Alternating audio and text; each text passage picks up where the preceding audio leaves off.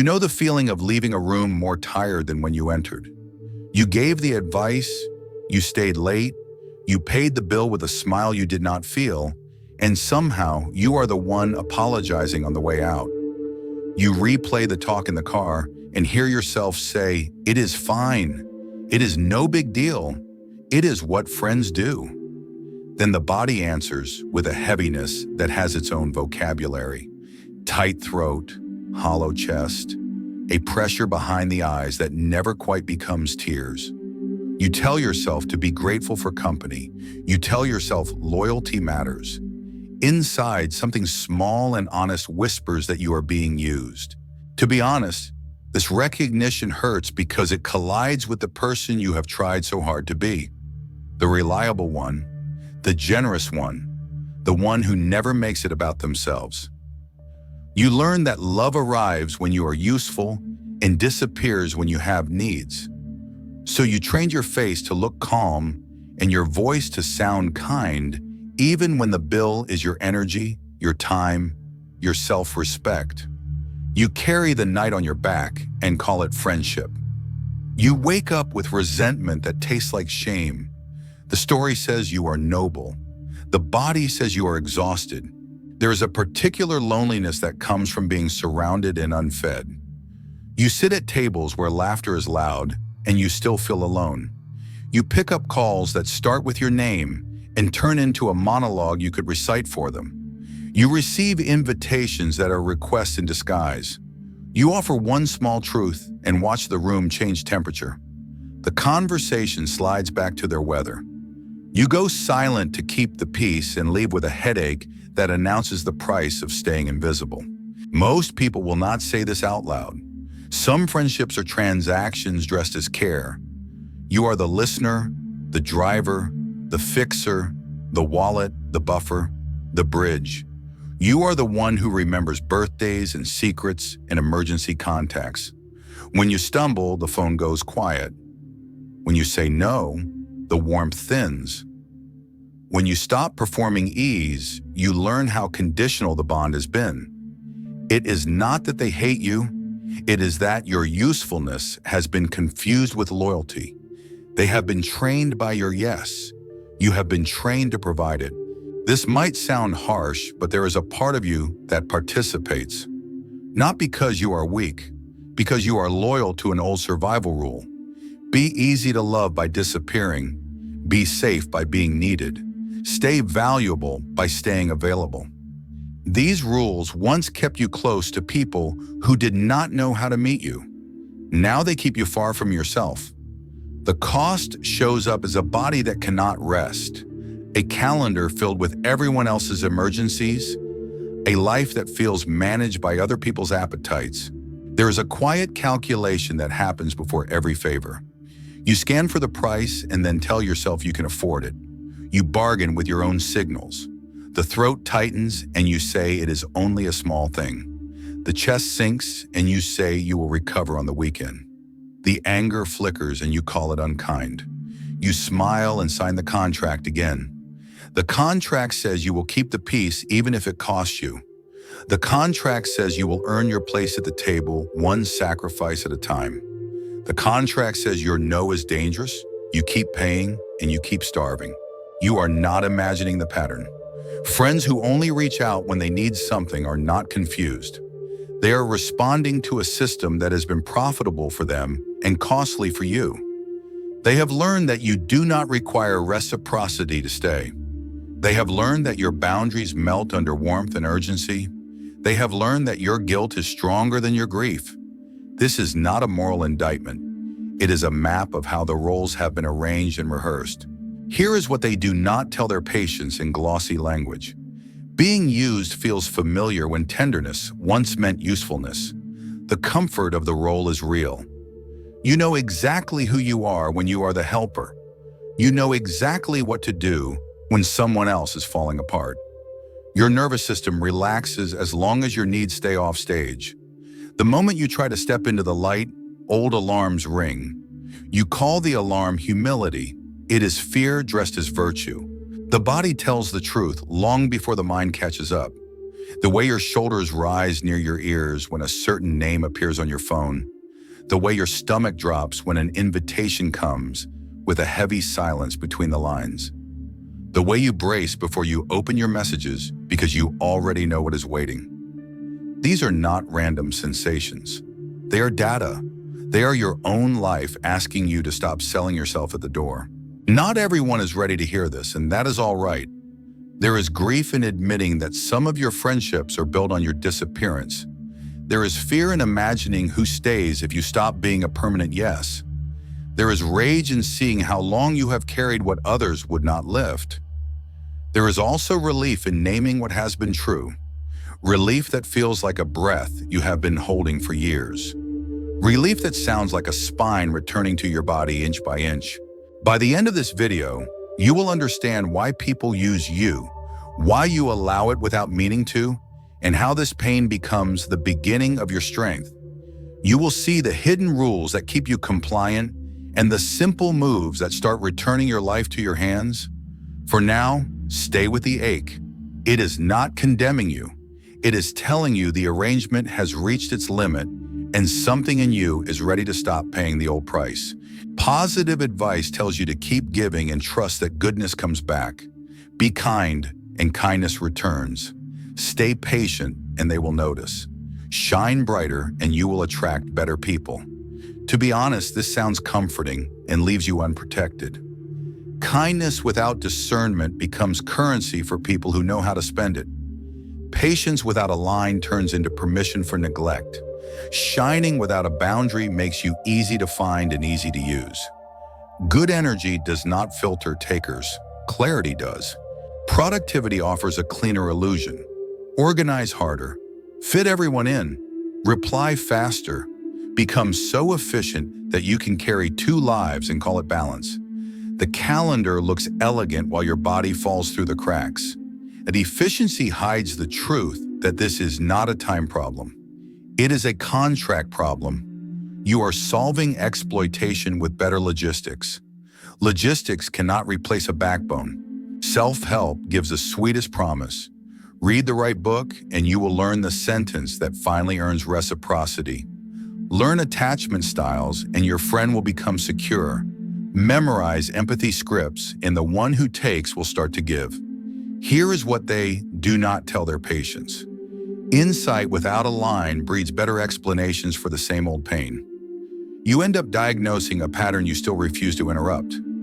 Understanding is useful only when it escorts your no to the door. Therapy can also miss the mark when it remains only words. You explore childhood and map the pattern. You cry and feel seen for an hour. Then you walk back into the same arrangement and pay the same price. Most psychologists will not tell you this in a single sentence. Safety in the office does not change a relationship where your yes is still automatic. The nervous system learns from what you do when the old dynamic knocks.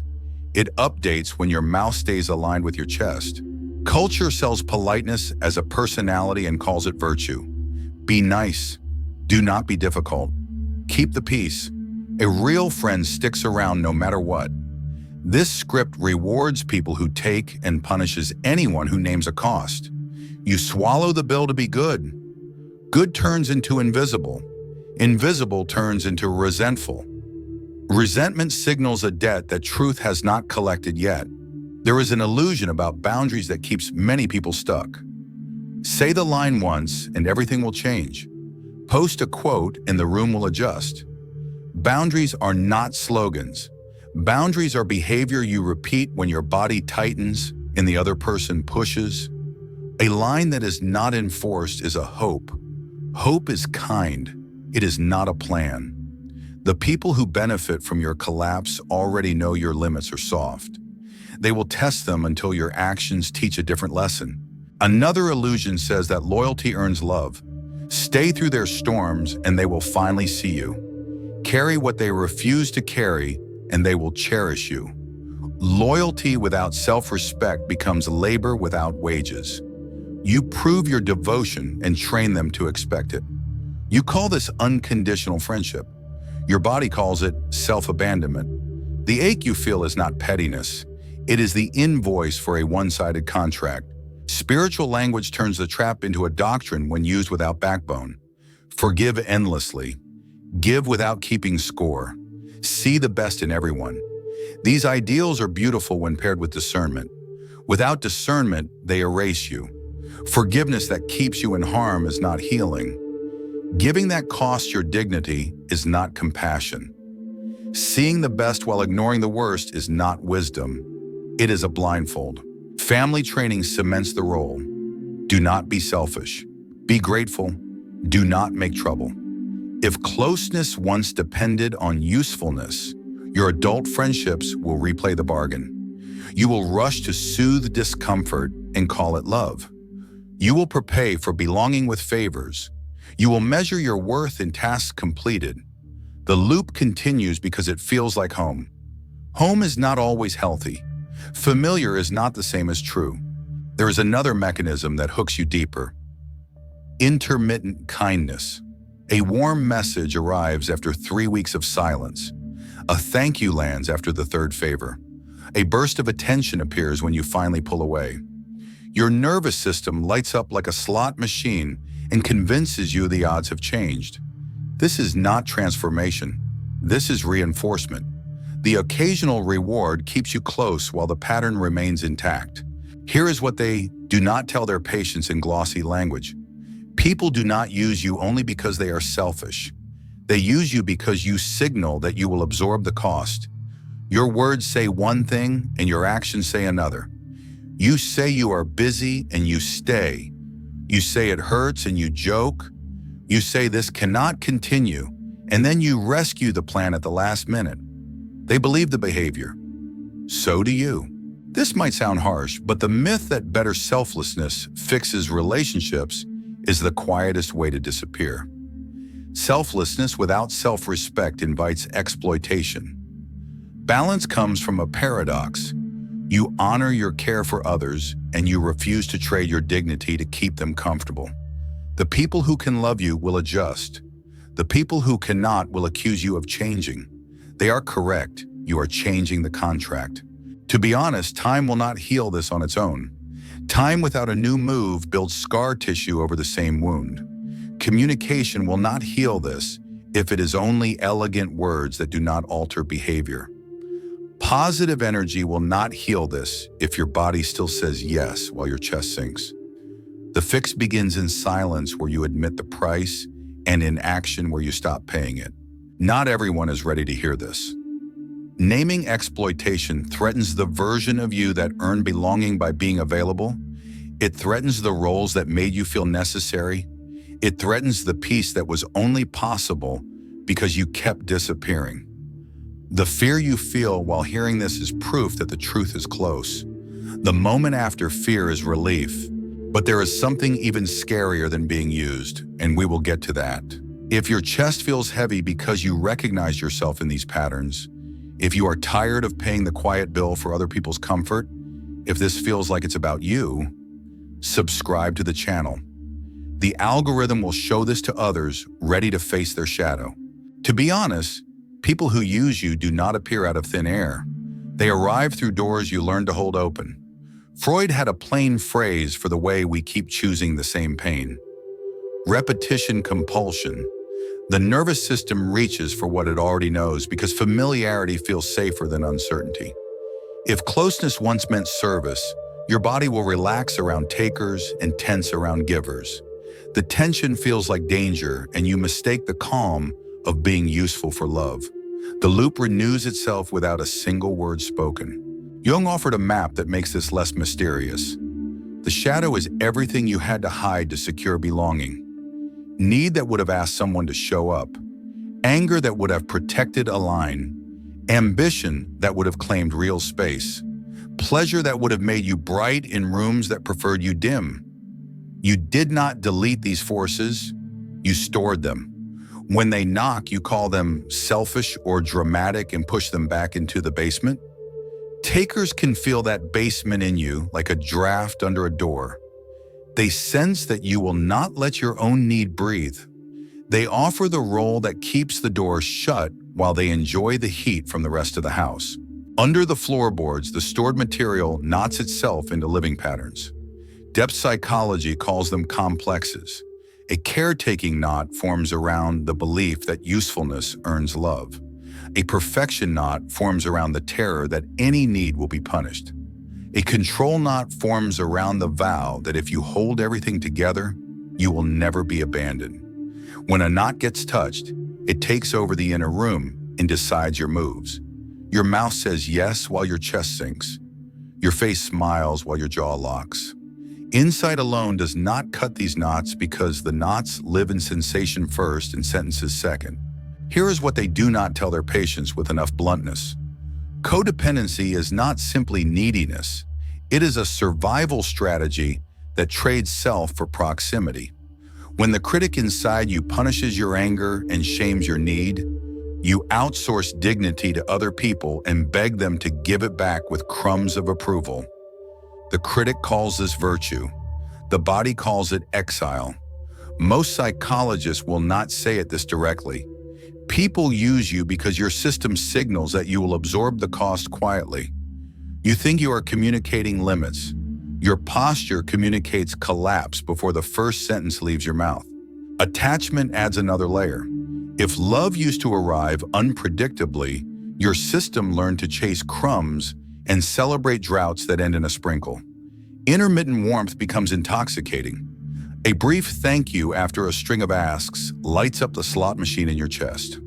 The nervous system marks the moment as proof that the pattern changed. It did not. The reward is fuel for the next round of extraction. Takers rarely need a plan. Your training does the work for them. Family scripts write the operating system. Do not be selfish. Be grateful. Keep the peace. If closeness depended on usefulness, you learn to perform care while starving for care. If anger drew punishment, you learn to smile while your boundaries dissolved. If vulnerability drew mockery, you learn to hide need behind competence. The adult world then routes requests through these old rules and calls it friendship. You comply because disobedience lights up alarms that were wired when you were small. The alarms are real and outdated at the same time. Archetypes describe how the roles distort when shadow runs the show. The caregiver without the sovereign becomes a martyr whose generosity is a disguise for fear. The lover without the warrior loses self in other and calls it devotion. The warrior without the lover hardens into rigid distance and calls it standards. The sovereign benched for too long turns leadership into people-pleasing with a crown painted on. Integration sounds lofty and lands in simple behavior. You let the caregiver bring warmth without paying your life for it. You invite the warrior back to guard the door. You keep the lover's heart open without surrendering your spine. You ask the sovereign to set direction once the room inside is no longer ruled by panic. Freud also offered the plain machinery of defense. Repression pushes away what feels dangerous. Projection turns your own hunger into suspicion that others are too demanding, which keeps you from naming your need. Rationalization creates elegant stories about why the latest favor was reasonable when your body says it was theft. Intellectualization explains the pattern in footnotes, while the pattern empties your week. Spiritual bypass puts a halo on collapse and calls it compassion. These defenses once protected you in rooms where honesty risked exile. Now they keep the invoices hidden until the debt comes due in symptoms. Trauma translates all of this into the body. Trauma is not only a story about the past. Trauma is energy that never finished moving. The heart that learned to race never fully settles. The throat that learned to close does not reopen on command. The belly that learned to brace holds hard even during quiet hours. Saying yes against yourself is a small reenactment of the old freeze. The moment you collapse a boundary, your system relives the helplessness you swore never to feel again. That is why the headache arrives after the happy hour. That is why the fatigue is worst after you agreed to a plan you did not choose. Your cells are paying interest on a loan your mouth signed. Here is what they do not tell their patients in glossy programs. Boundaries are not ideas. Boundaries are nervous system events. A line is only real when your breath, your posture, and your behavior carry it through the moment someone pushes. The first push is the one that rewrites the contract. The second enforces it. After that, the dynamic changes or the relationship ends. Either outcome returns dignity to your side of the table. There is a quieter mechanism at work too. Identity can sedate as effectively as any substance. The good friend, the reliable one, the strong one who never needs. These names deliver status in social rooms and exhaustion in private ones. The identity feels safer than the truth that you are allowed to be complex. You are allowed to be caring and limiting. You are allowed to be generous and unavailable. You are allowed to be loyal and expensive to keep close. Takers prefer the old identity because it guarantees access. Your shadow prefers it because it protects you from the shame of being called selfish. The price is aliveness. Most psychologists will not tell you this in one breath. Being used continues not because you deserve it, but because you collude with it. Collusion is not a moral stain. Collusion is a habit built from fear. You fear the grief of losing a circle that knows you only as a resource. You fear the guilt that rises when you let a ball drop. You fear the anger that will arrive when you stop rescuing and people fall. These fears feel like facts until you sit with them and survive a small dose without running. Then the fears shrink from gods into weather. Jung's persona completes the map. The persona is the mask that lets you function. The agreeable one, the competent one, the rescuer who never tires. The mask is useful until it forgets it is a mask. Friends who use you love the mask and never meet the person. When you let the person speak, you threaten the contract. Threatening the contract is what returns you to yourself. The mask can stay for formal rooms. It cannot run your house. You may notice the most mundane signals changing as this understanding lands. The phone rings and your shoulders do not reach your ears.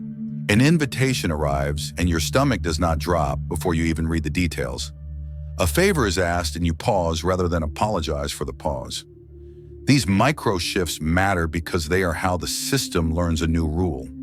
You are not available on demand. You are a person with a door that opens and closes on purpose. This might sound harsh, but the people who truly love you do not want your disappearance. They want your presence. Presence includes limits. The ones who only wanted access will protest. Their protest is data. The ones who wanted you will adjust. Their adjustment is love.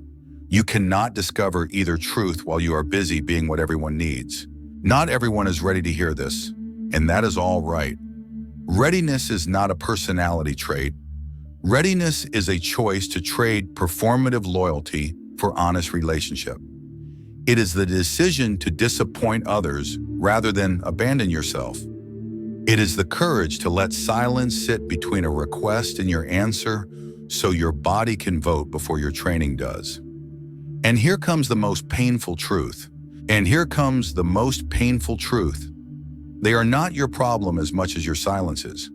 Every time your mouth says yes while your chest sinks, you practice a small abandonment.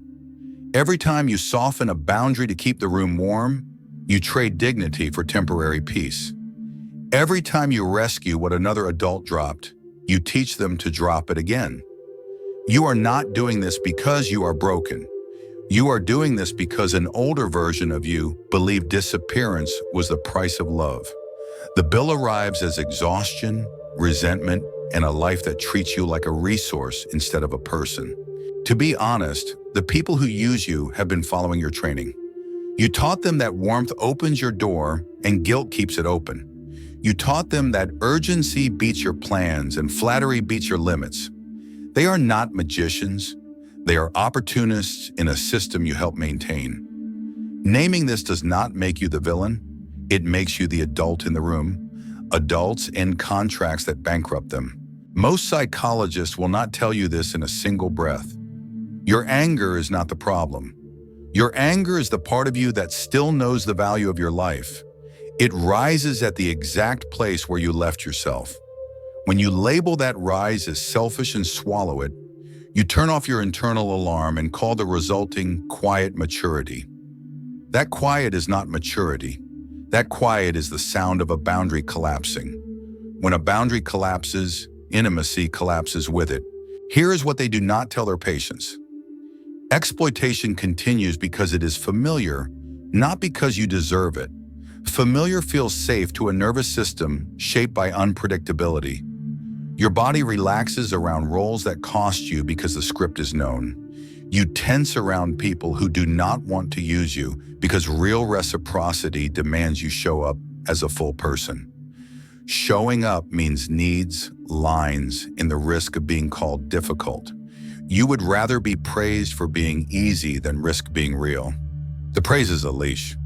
This might sound harsh, but loyalty without self-respect is a costume for fear. You call it devotion, and it keeps you from making the move that would reveal who actually loves you. The ones who value you will adjust when you value yourself. The ones who valued your labor will punish you for changing. Their reaction is not a verdict on your worth. It is a mirror that finally shows you the arrangement you refuse to see. Grief waits at this crossroads. You will grieve the years you spent paying for belonging with your absence. You will grieve the friends who leave when the supply stops.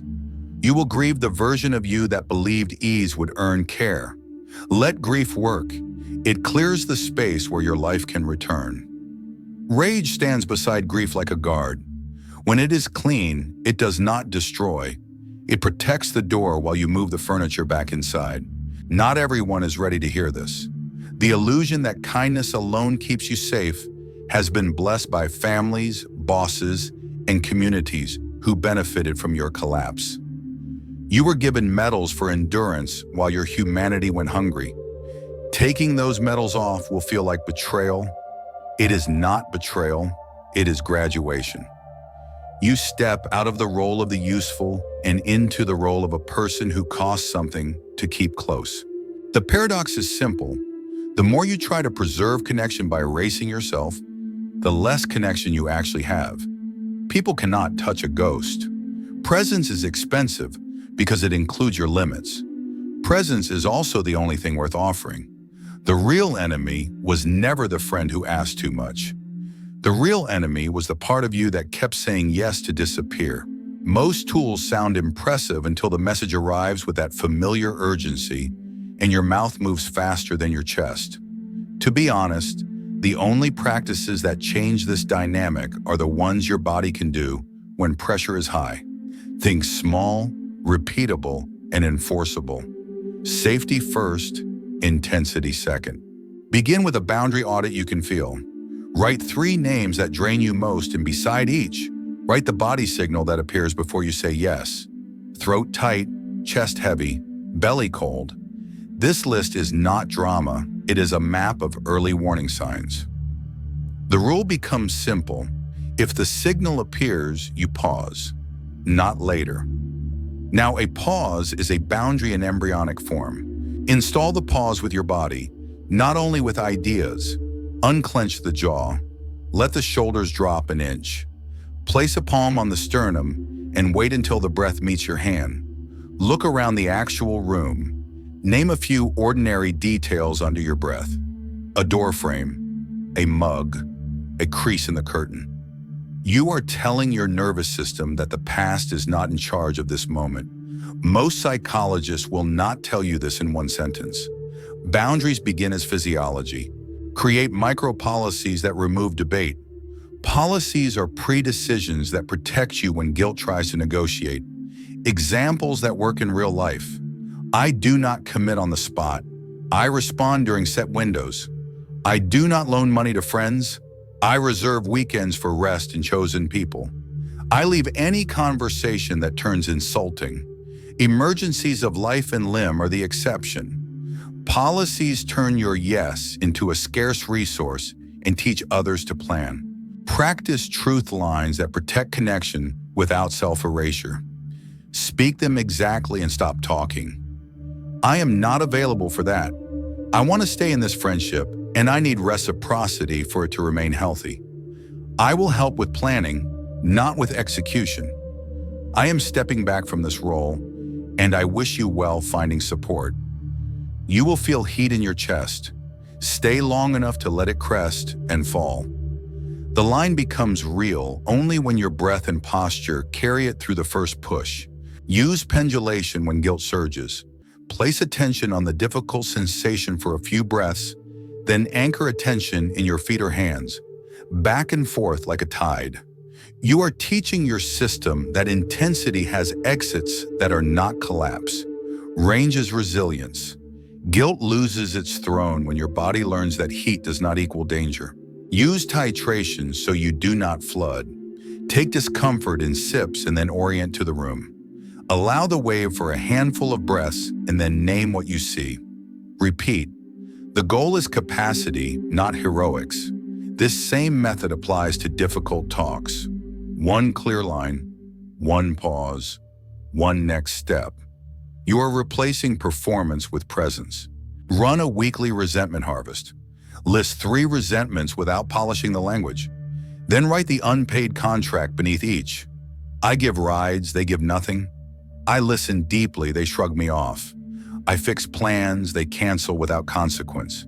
Convert each contract into a policy or a request. If the request is declined or the policy is mocked, the relationship moves to reduced access. Here is what they do not tell their patients. Resentment is uncollected truth. Rebuild the inner team you benched. Invite the warrior to guard the door with clean refusals. Invite the lover to keep the heart open while you refuse to disappear. Invite the caregiver to bring warmth that does not pay with self-betrayal. Invite the sovereign to set direction and consequences. Say it out loud. Warrior guards. Lover keeps open. Caregiver brings mercy. Sovereign decides. Roles spoken become roles available. Install an evidence bank so guilt cannot gaslight you. After each small enforcement, record one plain line. I said a clear no, and I remained. I asked for reciprocity, and I did not apologize. I left a disrespectful call, and my breath returned. On fragile days, you read a few lines to remind your nervous system what it has already survived. Proof breaks spells. Create an exit protocol for repeat takers. It has 3 parts: a clear description of the pattern, a boundary with a consequence, a follow-through when the pattern repeats. Example: I notice I am the one carrying the plans. I will not organize the next few meetups. If none happen, I will assume this friendship is seasonal and act accordingly. The adult part of you enforces what the sentence promised. Consequence without contempt returns dignity to both sides. Reshape your environment so collapse loses shortcuts. Put the phone in another room while you decide. Delay all replies by default. Place a small card near your workspace with 3 lines. Pause. Policy. Line. You do not need more willpower. You need fewer exits and more friction where it helps. Use a reversal practice to interrupt martyrdom. Write what you give others and give 1 small % of that to yourself daily. If you drive across town for people, drive to a park alone. If you write long check-ins, write one to yourself. If you cook for everyone, cook for yourself and eat without multitasking. The body learns that you are also in your circle of care. Train repair for the days you betray yourself. No drama, no self-attack. Say 1 sentence. I left myself there, and I am returning now. Then do 1 act that proves the return. A boundary spoken, a plan canceled, a rest honored. Repair builds trust faster than perfection ever did. Set friendship tiers based on behavior, not history. Inner circle for those who reciprocate and respect. Middle circle for kind acquaintances. Outer circle for those who are mostly extractive. Access and response time match the tier. You can love many people. Not everyone gets the same access to you. This is adult stewardship of your life. Plan a 30-day detox from rescue. During this stretch, you refuse to preempt natural consequences for other adults. You offer empathy without logistics. You offer options without caring. You will feel the pull to save. You will feel the spike of guilt. You will survive both. The lesson is simple. You are allowed to stop interrupting the curriculum of other people's lives. Most psychologists will not tell you this in a single breath.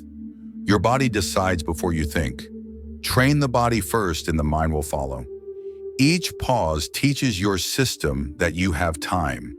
Each policy teaches your system that your life has structure. Each line teaches your system that you can love and limit at the same time. Not everyone is ready to hear this, and that is all right. If you are, begin where fear is mild. One pause before you answer. One policy you can keep even when guilt speaks.